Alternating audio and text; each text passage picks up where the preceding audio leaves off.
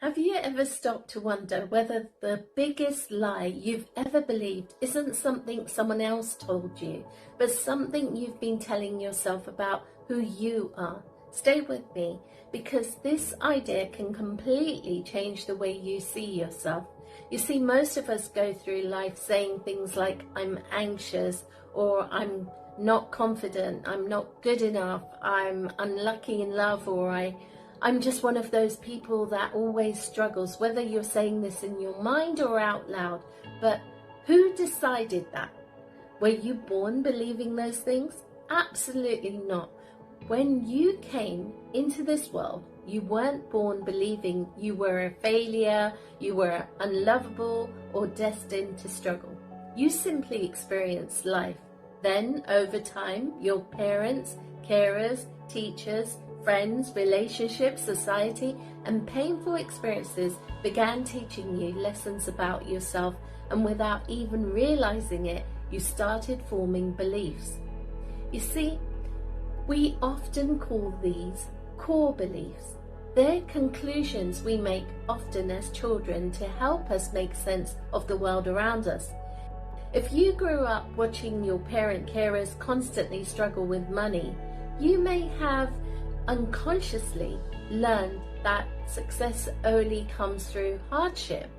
If one of your carers abandoned you, you may have quietly decided that people always leave, so now you end relationships before someone has the chance to leave you. If you were criticized, for example, bullied, or constantly compared to others, you may have concluded that you're simply not good enough. The problem is that these beliefs become so familiar that they begin to feel like your identity, but they're not. They're not necessarily true. And here's something fascinating. Have you ever noticed that you can actually observe your own thoughts? You can notice yourself worrying. You can notice yourself feeling jealous, angry, or afraid.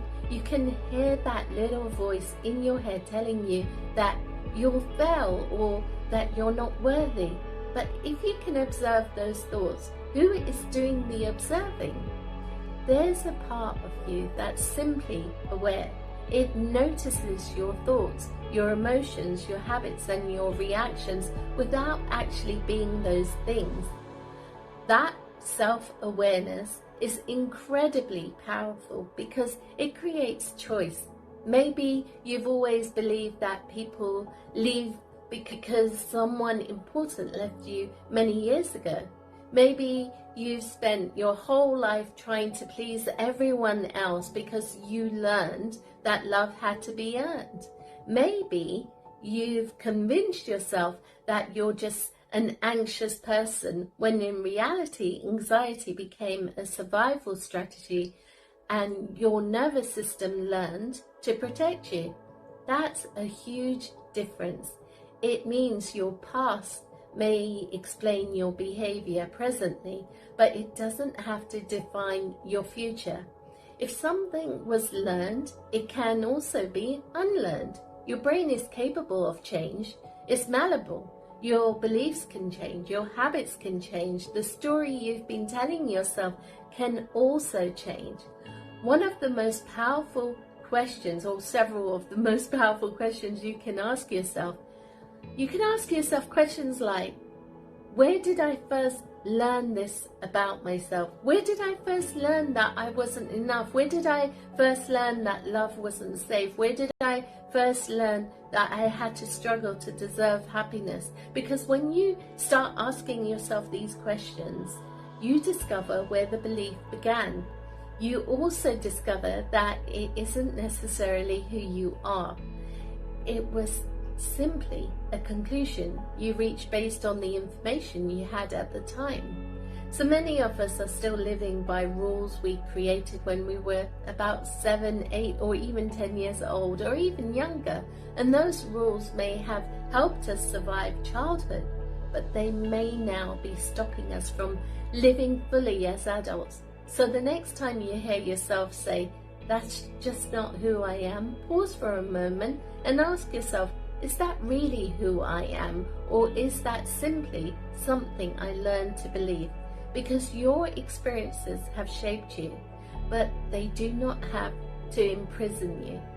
You are more than your fears, you are more than your trauma, you are more than your mistakes, and more than the labels you've been carrying for years. Sometimes the greatest transformation doesn't happen because you become someone new. It happens because you finally let go of the person you were taught to believe you had to be. If this resonated with you and you'd like to understand yourself on a much deeper level, don't forget to like, share and subscribe to my channel. And if you'd like practical tools to help you break free from limiting beliefs and build a healthier relationship with yourself, you'll find the links to my book, Fix Me, and my TED Talk in the description below. Thank you for being here, and I'll see you in the next video.